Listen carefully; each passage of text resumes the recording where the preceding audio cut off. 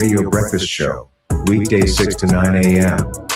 Wake up informed and stay ahead. We are the heartbeat of the Caribbean, where the music never stops. New Era, TT Radio, NETT Radio.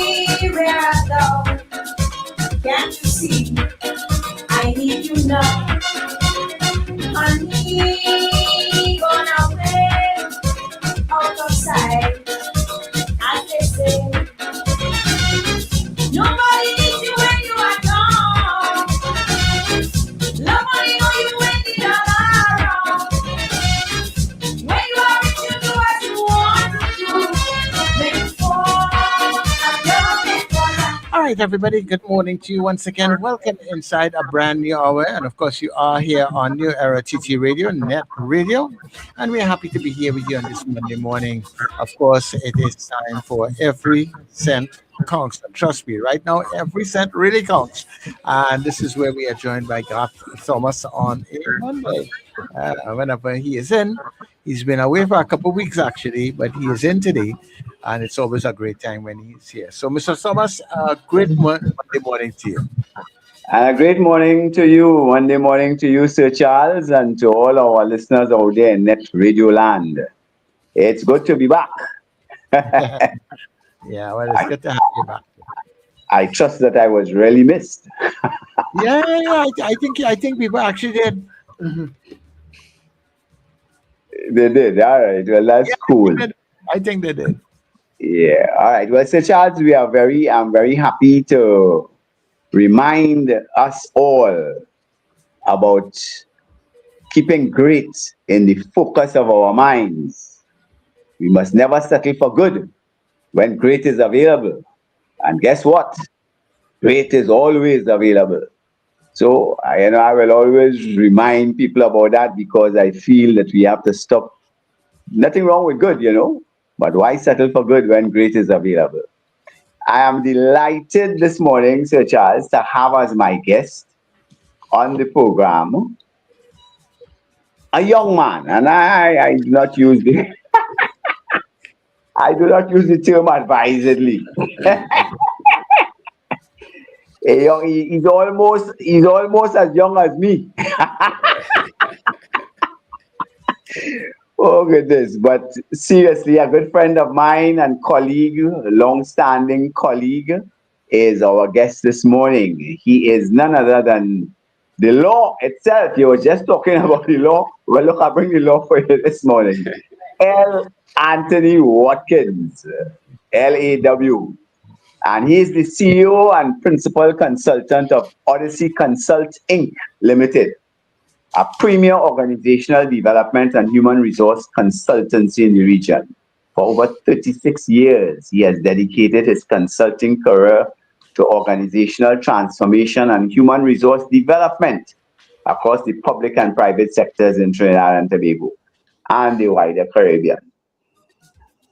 His distinguished service has earned him national recognition, including a Public Service Medal of Merit, Gold in 2019, and an honorary doctorate from the University of Trinidad and Tobago in 2020. He is committed to leadership, civic responsibility, and community. His work continues to inspire individuals, strengthen institutions, and enrich our region through a legacy of service. Tony, welcome to Every Cent Counts. Delighted to have you here. Yeah, thank you very much, Garth. Thank you for the invitation. Appreciate it. Yeah, well, we are the beneficiaries. Well, I figure I will learn something.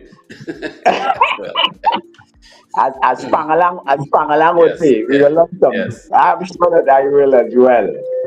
You know, um, I have been trying to stir a conversation, Anthony, in the national mind about moving our nation forward. So that this is a part of a series. It is ostensibly about finance, but it is not a narrow perspective on finance. It is about finance in the context of our national life and even the international, what's happening internationally, because all these things impact upon how we manage our finances, what are the priorities, what are the imperatives. So it is not a standard. Well, we talk about budgeting this morning. Yes. kind of a program. So I am trying to stir the national consciousness toward future development. I have started this series which I call Come 2050. Now, 2050 ain't really far away, but it's sounding far away. All right. And we are only 24 years now from 2050. So that I am looking for conversations that would help people to appreciate the importance of that future focus and to connect the present, the past, and the future. Because certainly, if we are going to move forward, I feel that those are critical elements. So I'm looking at our culture, Anthony, because if I am not, my view is that culture is the common ground. If there's a common ground at all, for us here in Trinidad and Tobago, it is our culture. It is, I mean, look at our carnival. All right, carnival is the celebration. We have other festivals, shortly and so on, but carnival is the celebration where nearly every Trini is involved at some level, and where the relationships between the various sectors of the community and stuff, you know, the lines become blurred and we become, you know, really one in the true sense of the word. So I am looking this morning at the issue of innuendo and double entendre, which, you know, when you talk that, you're thinking calypso all the time.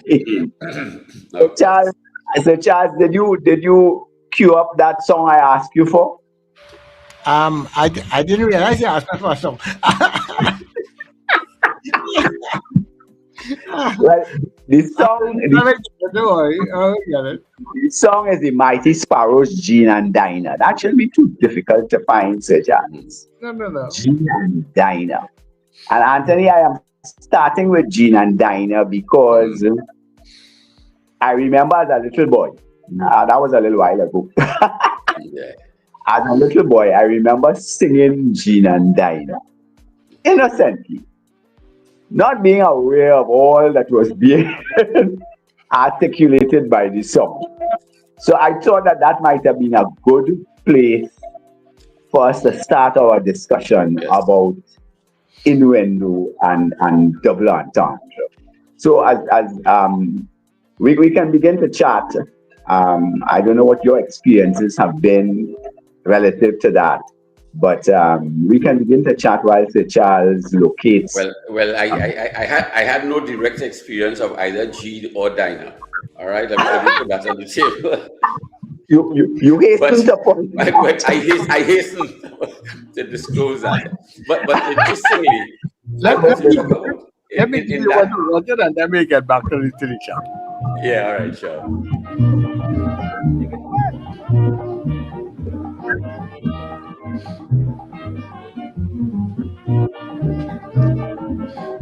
Well, the girls is talking hard. No man can get Trinidad. They wanna post on the Facebook. That girls have to take out how they put. Brothers now they pop up and come. In for a penny and in for a pound. Feeding the competition. So traveling the town with the price drop low. So when you bump up, Gina and Dinah, Rosita and Clementina. From the corner posing, that your life is something that's better. If you catch them broke, you can get them all for nothing. So make a row. The Yankee call, sparrow take over now. All right. The acting god and Sparrow take over now. You could feel it them two Charles. Anthony, that is my starting point because I think Yes. that is rich. I think that song is rich in innuendo and double entendre. I don't know what are you Yeah, man. Of what's your course. conclusion? Yeah, it certainly, I mean, it deals with a very real issue, certainly late 40s and into the 50s in Trinidad and Tobago, around the American presence. And that is why we may think about it narrowly in the context of things like, say, prostitution and things like that. There was also the issue of the disruption of a number of villages and communities. I mean, I was born and grew up in Arima, and stories are told when the Americans had to take over, say, the Wallafield base. There were areas in the Matarita village that were broken down to make room for them. You know, there was a kind of society and community that developed on the fringes of the base. In Arima, what we would call over the bridge. All right, not behind the bridge. Arima had an over the bridge. It's a little canal, it's a culvert. We used to call it over the bridge. But the flavor of that community took on a certain kind of texture. The same thing would have happened in the West around Carenage and areas like that. So that there's it is, yes, it's about innuendo and double entendre in terms of how you describe issues around sexuality and prostitution, but there were very real and deep social impacts in terms of communities with that particular thing. You know? All right. Now that is interesting perspective and history there, Anthony, because I was to some extent aware of the base, Don Carnage, and its impact. But I was not. I mean, when I hear about Wallafield, I think about Paris. That's a modern development. Yeah. Yeah. So go ahead. No, but certainly, I mean, Arima had its experience, its impact, and I think the Matarita village east of Pinto Road there had a more direct impact where schools were removed and houses broke down to set up what was the American enclave in terms of that American base. Okay, so I wondered if you could give us some thoughts on the origins, the influence, and the usefulness of innuendo and double entendre as mechanisms for development. Well, I mean, certainly the issue, I mean, innuendo and double entendre is in a sense a literary or a linguistic device that people will use to say things. The issue, for example, you would have seen it whether it's in Shakespeare and other kinds of things. So you have satire, you have metaphor, you have innuendo, you have double entendre. But I think in societies where there was a significant amount of oppression or constraint on certain parts of the population, people would have needed to find ways to express things. And certainly, in the Trinidad and Tobago context, that would have happened and come out in terms of song and how we would sing about things. So there's a strong tradition where that would have evolved. And I mean, usefully, because in a sense, we could say things that we wouldn't be able to speak or to write. You know, there are times in the course of our work as consultants, we have activities where we get people to sing things about their organization, sing about the issues, compose a tune about what you would do about the solutions. And people will sing things that they cannot talk about. It's easy to sing. So that in song, innuendo and the double entendre is a very useful way to do it. The other side to it too is the linguistic evolution of Trinidad and Tobago is vital. if we think about really a Spanish, what do you call it? I mean, it's really a outpost. The Spanish didn't occupy here. They passed through here, they might get some water and then went on to Venezuela, Colombia, and El Peru and things like that. But it was not a settlement as such. There were very few Spaniards here. But then you had a huge influx of people coming in from France. Well, not France, but French-speaking colonies. So, after the cedula, the poblacion, you have people coming in and bringing their patois with them. Shortly after that, the English gained administration of Trinidad. So here you have a population, the majority of which the common everyday language is patois and some Spanish, but the English are in charge. So there's clearly some linguistic and some language tension in the space.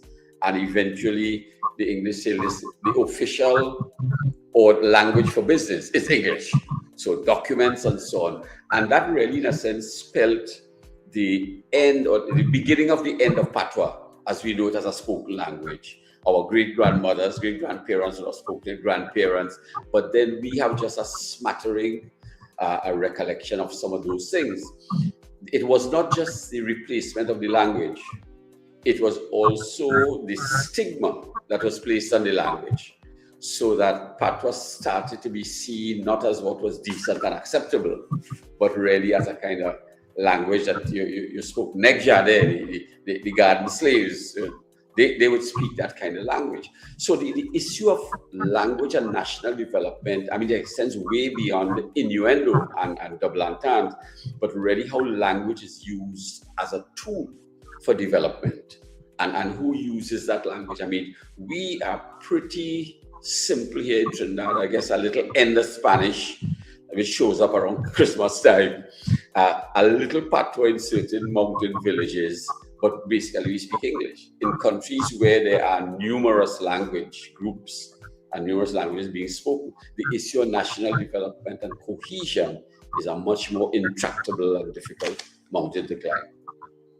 So our history positions us well in terms of addressing that issue of national development. Is that what you're saying? Yes, it is. I mean, we have managed it, and from, it is easy. For example, if the English are in charge and the people singing and talking in patois, it's easy to sing things in patois that the English speakers wouldn't understand. So language becomes a vehicle for masking things. And even now, we have the multiple language streams that are in our day-to-day language, and we use words, whether it's from Hindi or Bhojpuri or Patois or Spanish words, and we mix them all together. The point is, while that exists, I don't know that it's being managed and harnessed as a tool and a vehicle for national development. But we have an opportunity there. All right. So how can you?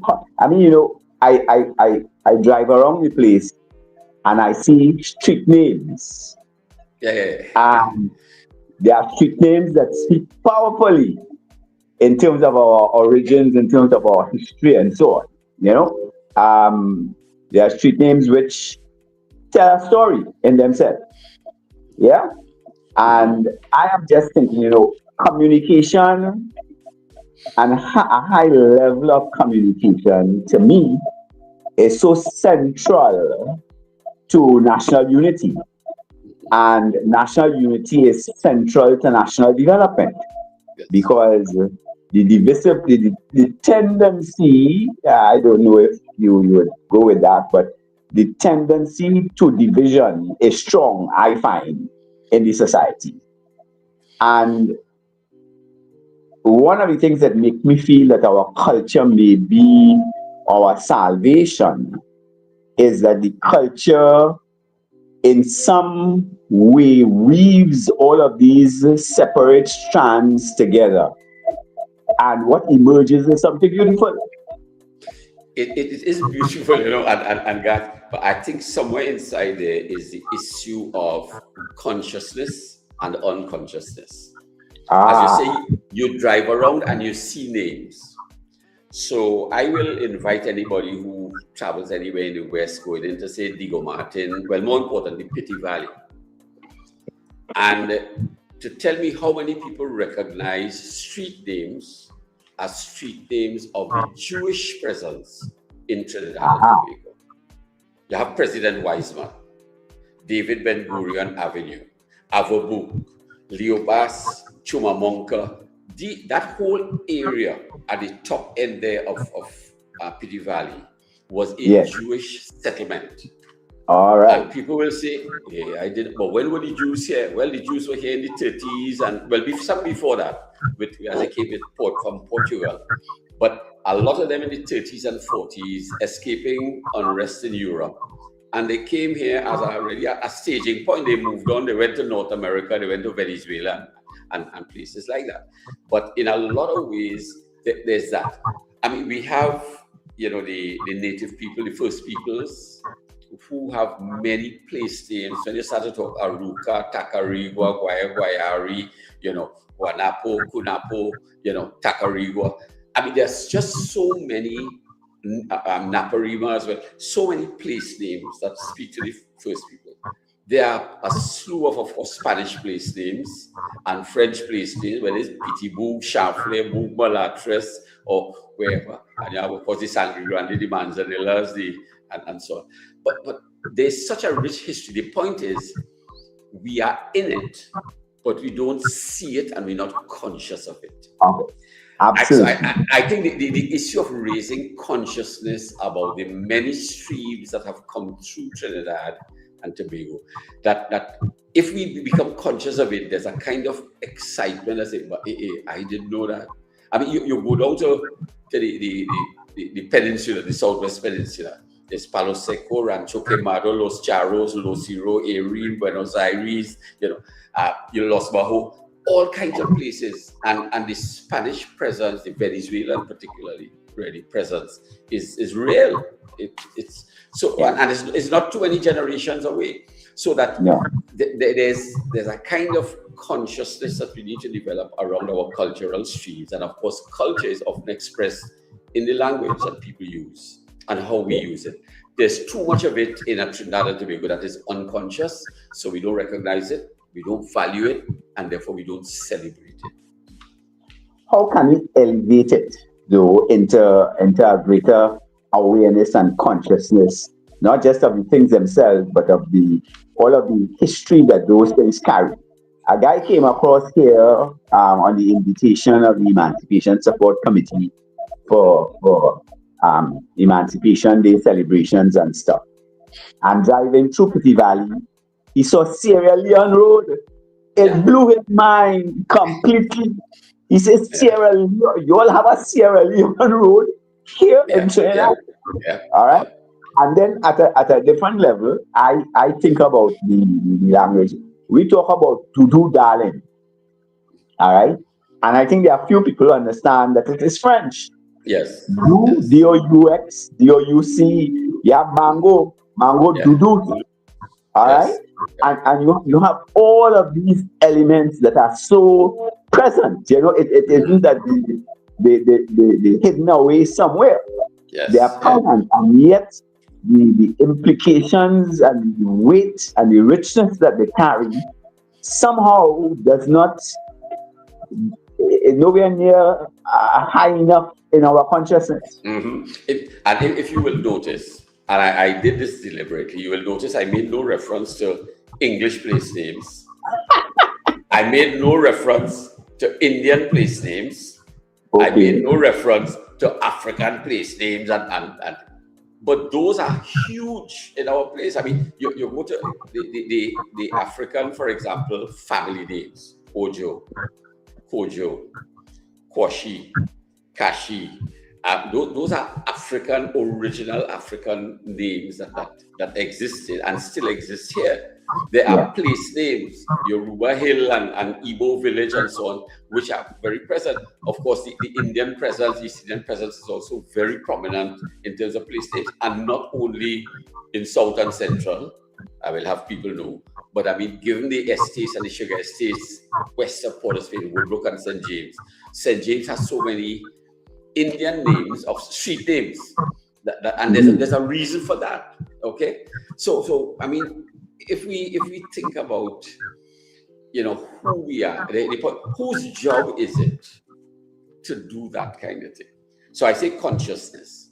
Are our political leaders conscious of these stories, of this history, and of the richness of the tapestry that is this place we call home? One, are they conscious? Two, are they willing to explore it and to surface it? Are they willing to celebrate everybody, or do I just celebrate my tribe? You know. Yeah. So who celebrates the Chinese presence in Trinidad and Tobago? And they have had a major and a massive, you know, impact on who and what we are. What about the Portuguese? You know, we just kind of, you know, talk about Portuguese and we leave it there. But they have a strong tradition in terms of entrepreneurship, trade, certainly the alcohol business and winemaking and things like that.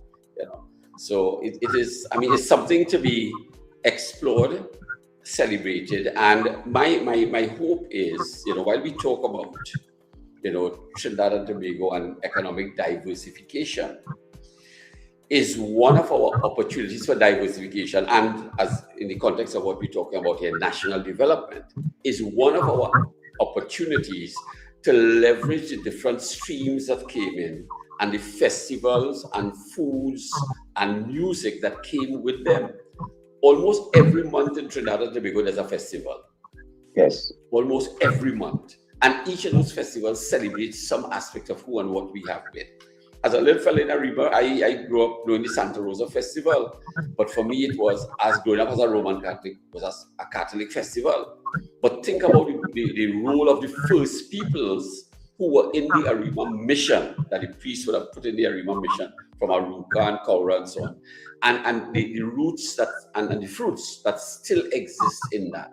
Do we celebrate that as a national event? We could talk about Ramlila, we could talk about Diwali, we could talk about a number of other things. And who say, I think I'm saddened by the reluctance and maybe the deliberateness of the actions of political leadership over the years in Trinidad and Tobago to not celebrate all our festivals and all those streams which have major linguistic interpretations and influences on who and what we are.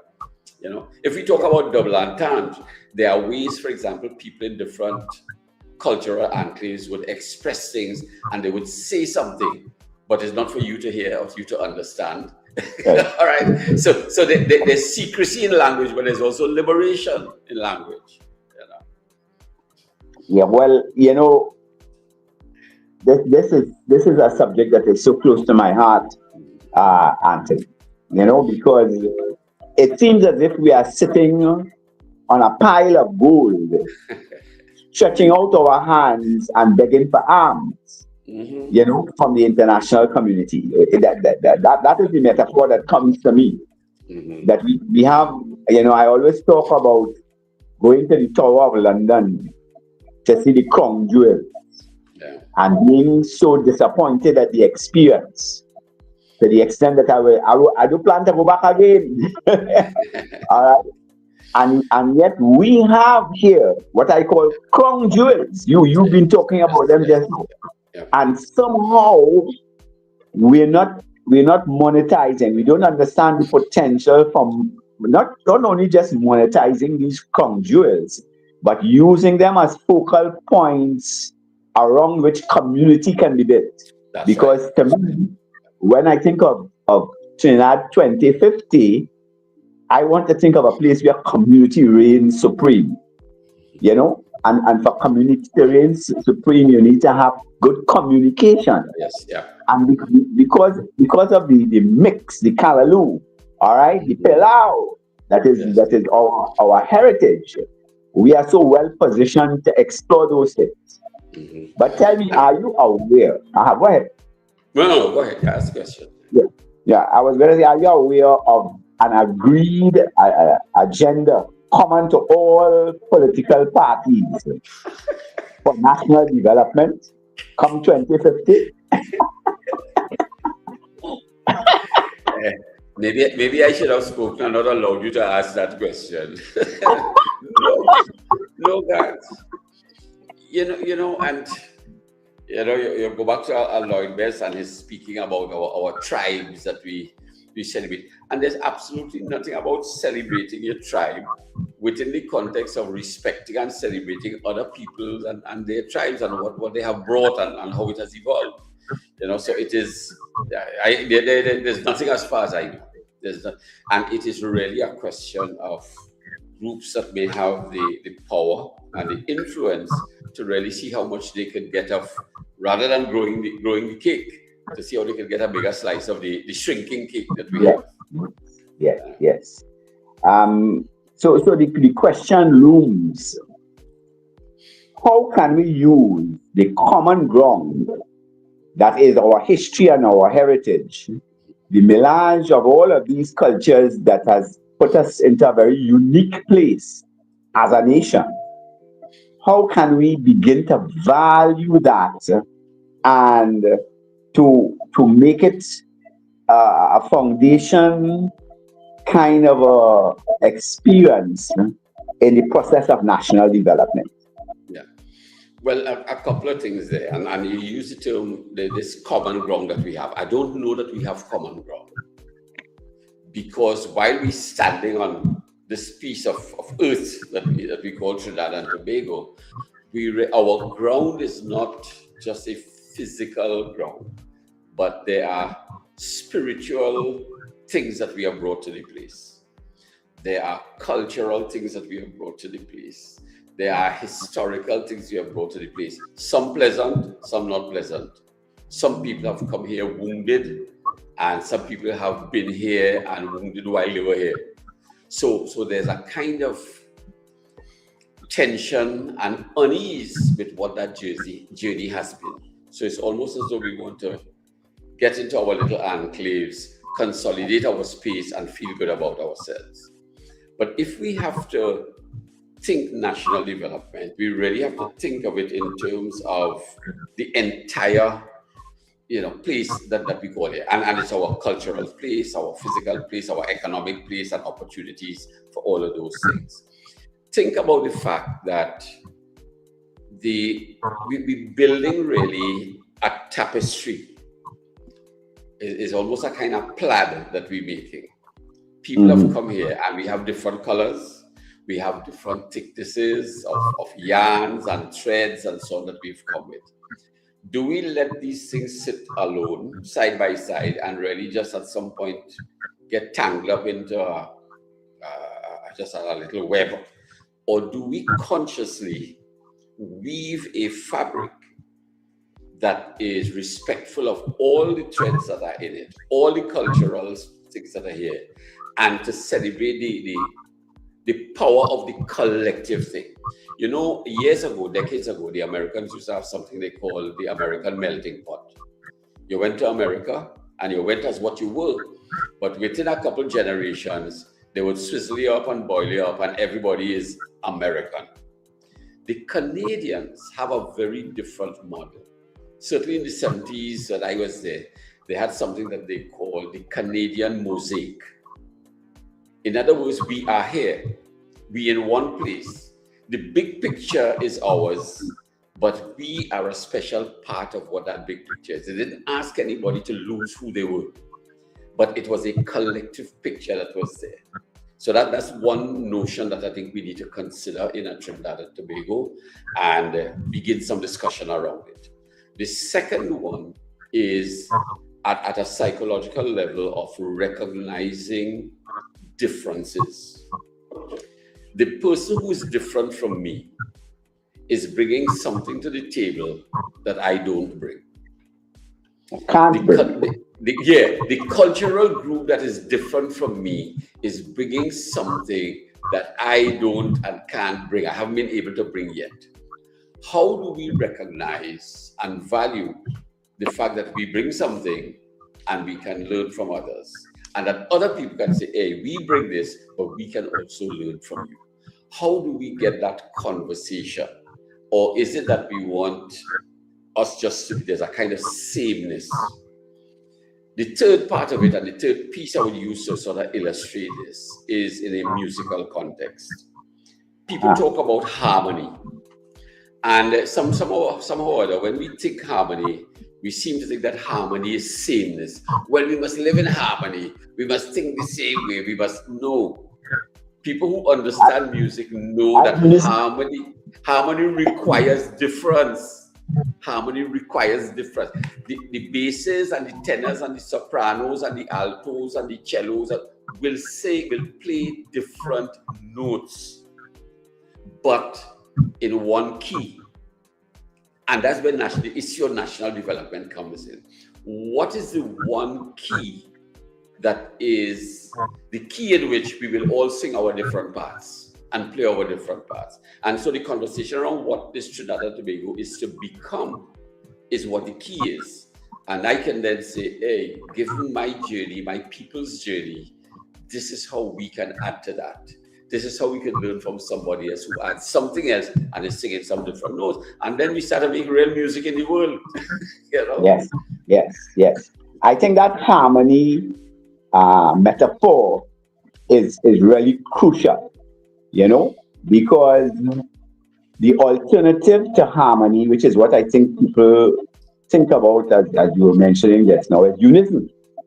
Now, if you hear a song sung in unison and you listen to the same song sung in harmony, the richness of the harmony, you know, the unison pales in comparison. The power, I think, of harmony is that there is no loss of identity. That's right. You sing your part. Your part is as valuable to the end result as every other part. The tenor is not better than the bass. The soprano is not better than the tenors or the altos or whatever. But they all maintain their unique identity. That's right. And I think that is central to the process, Anthony, for everybody to recognize their value that is intrinsic, that they don't have to mimic or model anybody else. Now, you notice we come full circle because back to music. Our mass is in many ways a mimicking of the people who ruled over us. And it was our way of taking a dig. Yes. Yes. But the harmony, I want to get back to that harmony thing. And you know, look at our steel band. All right. I think perhaps our steel band may be one of the best examples of harmony. All right. You have the bass, you have the tenors, you have the cellos, you have the tenor fans, and you listen to them perform. And you know, Anthony, I don't know if we have time on today's show, but in recent times, I have been reflecting upon the Dimash Grass stage.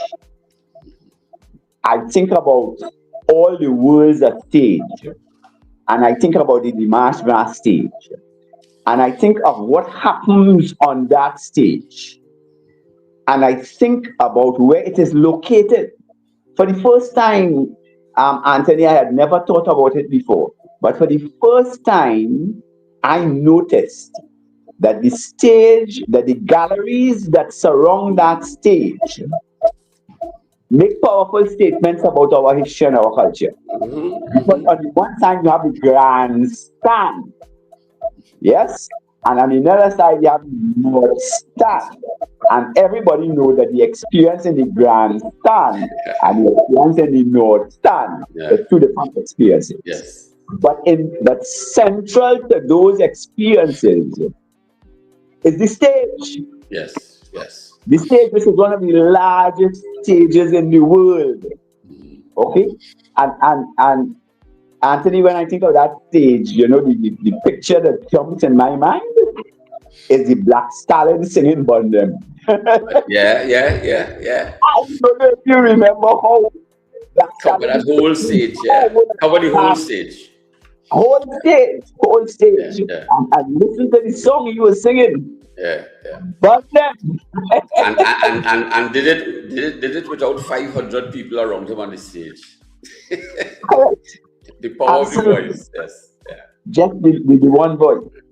I mean, Anthony, I think there's so much that we can cut out of a discussion like this. Yeah. But my real concern is how do we get our people to recognize, to perceive, and to own themselves and their value, and to understand that there's an opportunity available to us that few nations have. All right. I have stopped. At one time I used to talk about Trinidad becoming the best place in the world to live. I have changed that narrative, It and I already know. is. Well, I talk about our becoming the best place that we can ever be, without comparison to any other. Anyway, Yeah, yes. Yeah. that is what really we should be focusing on, maximizing our potential as a nation. And it really, you say it saddens you, and it really saddens me Yeah. that we have so much to work with, and we just studiously ignore it. Psychologists call it denial. All right, refusing a determination not to see. Yes. Yeah, yeah. And my favorite term for it is myopia. A preoccupation with what is right in front of you so No, much so that yes, yes. beyond. And that is why I talk about come 2050. And I want that conversation. This is my attempt, Anthony, Yeah. to raise the consciousness of our people. For us to think, come 2050, are we going to be a powerful, integrated community that is maximizing the resources that the Lord has blessed us with? And celebrating our individual, group, and collective richness. Yes. I mean, I can celebrate who I am and where I've come from without necessarily denigrating anybody else, and vice versa. How do we get to that place of comfort? What is the source of the, as it's called, the denial or the defensiveness around opening up to people who have different kinds of experiences? I belong to an organization that has a facility in Labrie. And the part of the Labrie where they have that facility is Chinese Village. All right? So you have Chinese Village in the middle of Labrie. I don't remember seeing any Chinese when I was there. But what is the story around Chinese Village? And why was it named that? Why were the Chinese there? Why did they not stay there? I mean, we have so much to explore. And I can think, for example, of the agencies who doing some bits of work. So I guess the National Trust, there would be stuff in the archives. Certainly there's room for Ministry of National Community Development and so on in something like this. Those are the kinds of agencies that I see needing to step up at a broad national level.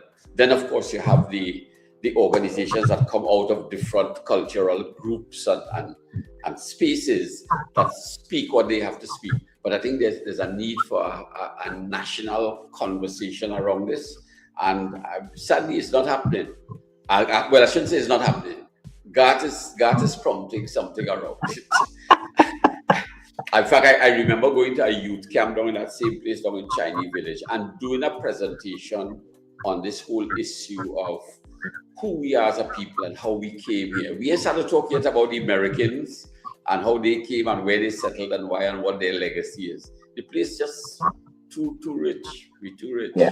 Yeah, we're not even talking about the First Nation, the First People. No, First Peoples, no. And a lot of ways, I discovered some time ago that my great-grandmother was a Warao, came over from Venezuela with her sisters and grew up in Erin and that's where some of the roots are. But I have other streams in the family too, so Tobago and Ariman. So. You are true Trini. You are Trini. You understand? I'm proud of it. I'm proud of it. Well, At this time, normally, Anthony, Sir Charles will open up the lines for anybody who want to Sure. throw in their 2 cents or 5 cents or 50 cents into the mix. So we're gonna do that. But in the meantime, I am wondering if social media offers the individual, because we talk about organizations, and I really feel though that as individuals, um, I don't know how many people really think through the stuff we've been talking about here this morning. But certainly, I feel that there are some opportunities through social media to elevate the conversation into the mind, especially of the younger population. What are your thoughts? Oh no, that's absolutely necessary. I think that's where they go, and that's where we have to put the information. I mean, I tell people I still like to read newspapers on the weekend. And if after I read the newspaper, if I don't have to go and wash my hand, then I didn't read the newspaper. I say that's how young I am,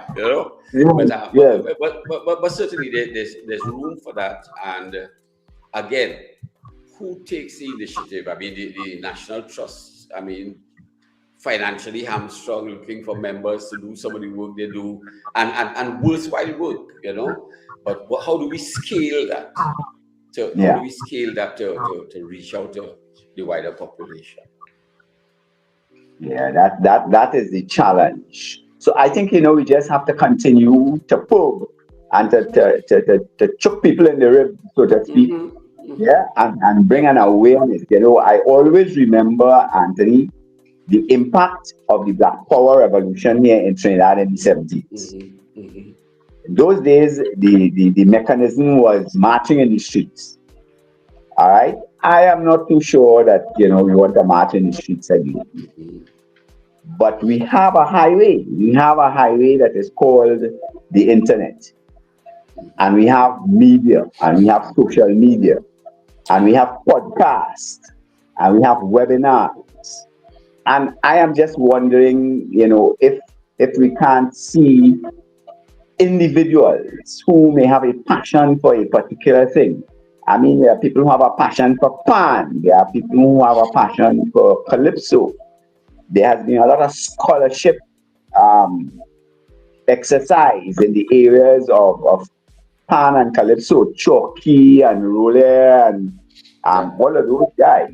But their work, I don't know to what extent the general public are aware of the opinions and insights that scholars, these are Trinity scholars, all right, have given. How can we elevate that? How can we encourage that? I don't know.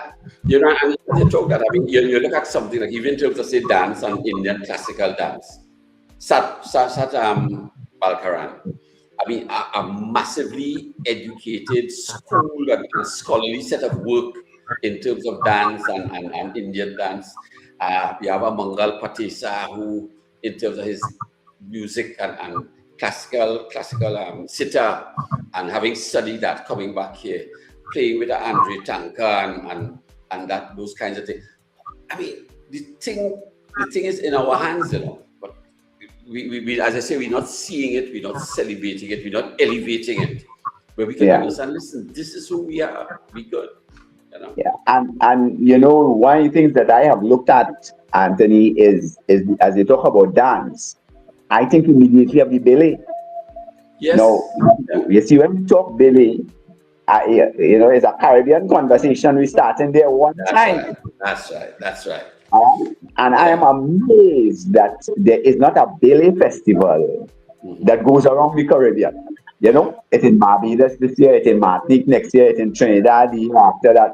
I think that kind of activity would lend itself to getting people's attention and drawing and moving the scales that in their eyes so that they can begin to see their own beauty. I mean, the story of how Patois came to Trinidad and how it is spoken here, whether it's the St. Lucia, the Dominica, even Grenada. those people who came and Martin and so on, when they came here and what they brought with them. When they came, a lot of them stopped and landed along the north coast. So you will find the Blanchishes and well, from the coastal side, Pyramid, Shodo, and those areas there, where there are influences here to the point where Patois actually migrated to Venezuela. There are people in Venezuela who talk Patois. Is that right? Yes, sir. I didn't know that. Well, I was struck. I did a program on it last year. I was participating in a program on Patois and its evolution and the language and so on. And I was amazed to do that. Yeah. But we have it, and we're not leveraging it. We're not using it. We're not leveraging it. That's for sure. Yeah, well, Anthony, I'm really happy that we are having this conversation. I'm happy that, we have a NETT radio and we have a Gael and we have, what I'm aware of is that a lot of the people in these various media outlets, these media engines, perhaps maybe a better term than an outlet, there is some recognition of the need for collaboration and collaborating around a central message, which is our Caribbeanness. I have wholeheartedly and wholesalely, if there's such a word, rejected the term West Indian. I suppose it has its place in the scheme of things, but I prefer to talk about the Caribbean, and I have described the Caribbean as a necklace that adorns the bosom of the Americas. A chain of islands, not separated by water, which is the consciousness. I think this is part of the problem, Anthony, that we see ourselves as separated by water, rather than linked by water, rather than connected by water. And each of those islands is a gem in itself. That by and large are all fighting for their own identity and for their own elevation and their own development, not recognizing the kinship with all of the other gems that make the necklace. And I was speaking to a good friend of mine on the show, and he said, Garth, this necklace don't have a pendant. And I thought that was powerful insight. The thing is that every one of the gems is unique and priceless in themselves. Yes, of course. And I feel that we really need to look and see how we can create that awareness. So that we have to stop fighting each other, and we have to really understand that it's harmony. We come back to harmony. It is all the parts. Yeah, that's mosaic. Yes. Yeah, you could identify the past, but we could also see what that big picture is. Yes. Well, hopefully, Anthony, as a result of our little discussion this morning, I have a dream of bringing together a number of people like you and other people I've had on the program, Adrian Baker, Nazir Sultan, and Oxili, my dear old lady friend. I don't know if she would be happy with my calling her old lady. She's 95 years of age and just published a book. I don't know if you saw it. It is called Whose Child Are You? That speaks. It speaks powerful to the whole issue of identity. It provides a perspective on somebody who lived in Trinidad as a little girl, went to Canada and came back to Trinidad. She did her PhD at the age of 68 in Canada. She has a powerful perspective on these things. I know I'm going to send a copy of this program to her, but I'm hoping that I can pull together a number of people of that ilk for us to at least start the conversation and then see where the conversation can take us. Yeah. Because every day when you pick up the papers, the need for that conversation has just gone up another notch or three. Yeah. Yeah. So So thanks for let me challenge you just before you tell me thanks. Let me challenge you on the group that you call. All of us have a couple of decades left, and then we go on. I want to challenge you to bring some young minds and voices into that group that comes together. I think it's going to be important for us to be challenged on how we see some of these things and to hear how they experience or don't experience some of this. What are the gaps? What are the things? Agreed. I will certainly explore that. But thanks again, Anthony, for your participation. And I will be in touch again because I think we need to keep the conversation going. Yes? I tell myself this was going to happen, you know.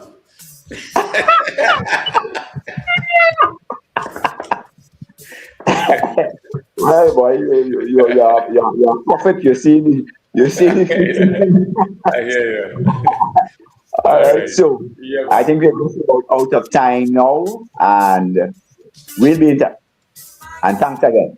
Yeah, man. Thanks for having me on, and all the best. Yeah, take care. Okay. All right. So, Charles, it's your show.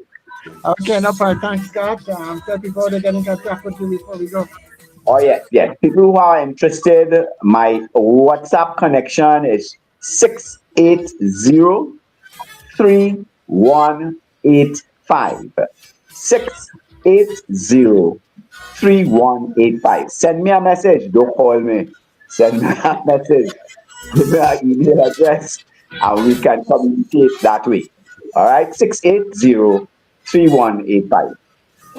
Okay, thank you very much, Garth. Okay, thank you very much. You can see what this has been every cent count. Because I beg in the master, give me a walk with Peter. If I come sinners coming, with them I go be dealing. Because the things that they do me, I want to fix them personally. Peter looks at the roads by the gate. Peter, look the Englishman, we send Cecil Rhodes to Africa land.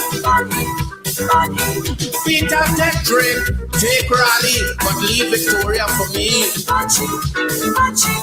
Peter, I just don't care what you say, but Mussolini, he can't get away. Why?